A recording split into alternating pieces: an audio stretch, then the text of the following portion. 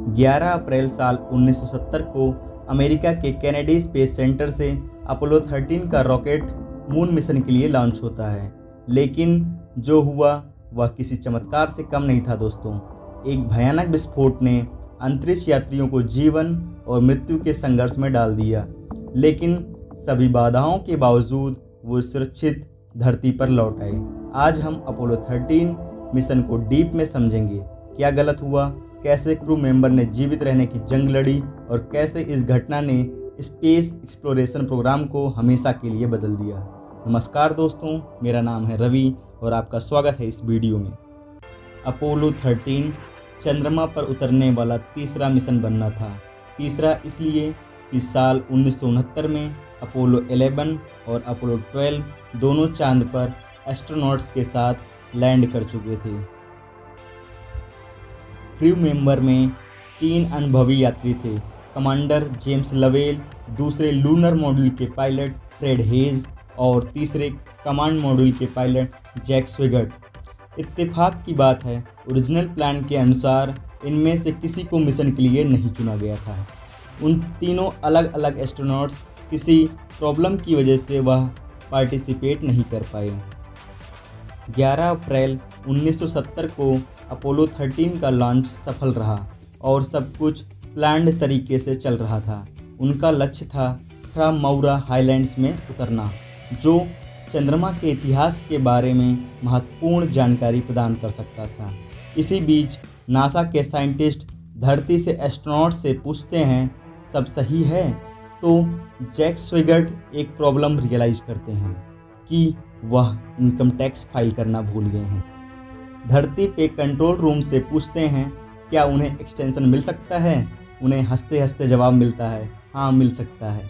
इस कन्वर्सेशन से पता चलता है कि सब कुछ सही जा रहा है, लेकिन जल्द ही यह रोमांचक मिशन एक भयानक डिजास्टर में बदल गया। मिशन के 2 दिन बाद 13 अप्रैल को जब स्पेस क्राफ्ट धरती से लगभग 3.5 लाख किलोमीटर दूर था, क्रू मेंबर एक रूटीन सिस्टम चेक कर रहे थे। तभी एक तेज धमाका हुआ और स्पेस क्राफ्ट हिल गया। वार्निंग लाइट फ्लिकर करने लगी। उसी समय जेम्स लवेल ने कहा, और इसका कारण था ऑक्सीजन टैंक का एक्सप्लोड होना।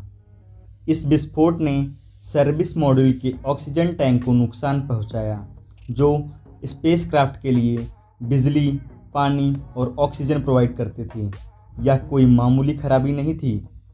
टैंक के फटने से ऑक्सीजन की भारी कमी हो गई, जो क्रू मेंबर के जीवन और मिशन दोनों के लिए इम्पोर्टेंट थी। इलेक्ट्रिसिटी की आपूर्ति पूरी तरह प्रभावित हुई और उन्हें चंद्रमा पर उतरने का विचार छोड़ना पड़ा। स्पेसक्राफ्ट में विस्फोट के तुरंत बाद क्रू मेंबर घोर संकट में था। लवेल, हेज और स्विगर्ट को तेजी से निर्णय लेने पड़े, लेकिन संकट सिर्फ अंतरिक्ष में नहीं था। पृथ्वी पर ह्यूस्टन में मिशन कंट्रोल और नासा के इंजीनियर भी उन्हें सुरक्षित वापस लाने के लिए संघर्ष कर रहे थे। यह समय के खिलाफ एक दौड़ थी। टीम को सीमित संसाधनों और उपलब्ध तकनीक से समाधान निकालना था, हर पल मायने रखता था। उन्होंने जल्द ही महसूस किया कि क्रू मेंबर को चंद्रमा की सतह पर उतरने का मिशन छोड़कर लूनर मॉड्यूल को एक लाइफ बोट के रूप में उपयोग करना होगा।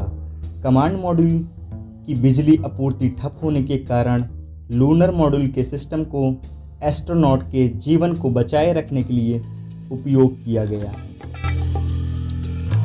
अपोलो 13 मिशन के सबसे ड्रामेटिक मूवमेंट में एक अस्थायी कार्बन डाइऑक्साइड स्क्रबर का निर्माण था, क्योंकि लूनर मॉड्यूल का स्क्रबर केवल 2 अंतरिक्ष यात्रियों के लिए डिजाइन किया गया था।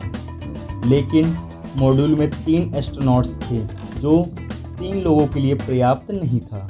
इंजीनियर्स को लिमिटेड रिसोर्सेज से समाधान निकालना पड़ा। उन्होंने प्लास्टिक बैग, टेप और कार्डबोर्ड का उपयोग करके एक डिवाइस बनाया जो कार्बन डाइऑक्साइड को फिल्टर कर सके। नासा के इंजीनियर्स ने रेडियो पर एस्ट्रोनॉट्स को गाइड किया और उन्होंने इसे असेंबल किया। इसे परफेक्टली एग्जीक्यूटेड इंजीनियरिंग मिरेकल कहा गया, जिसने एस्ट्रोनॉट्स और मिशन कंट्रोल दोनों की अविश्वसनीय टीम वर्क और रिसोर्सफुलनेस को दर्शाया।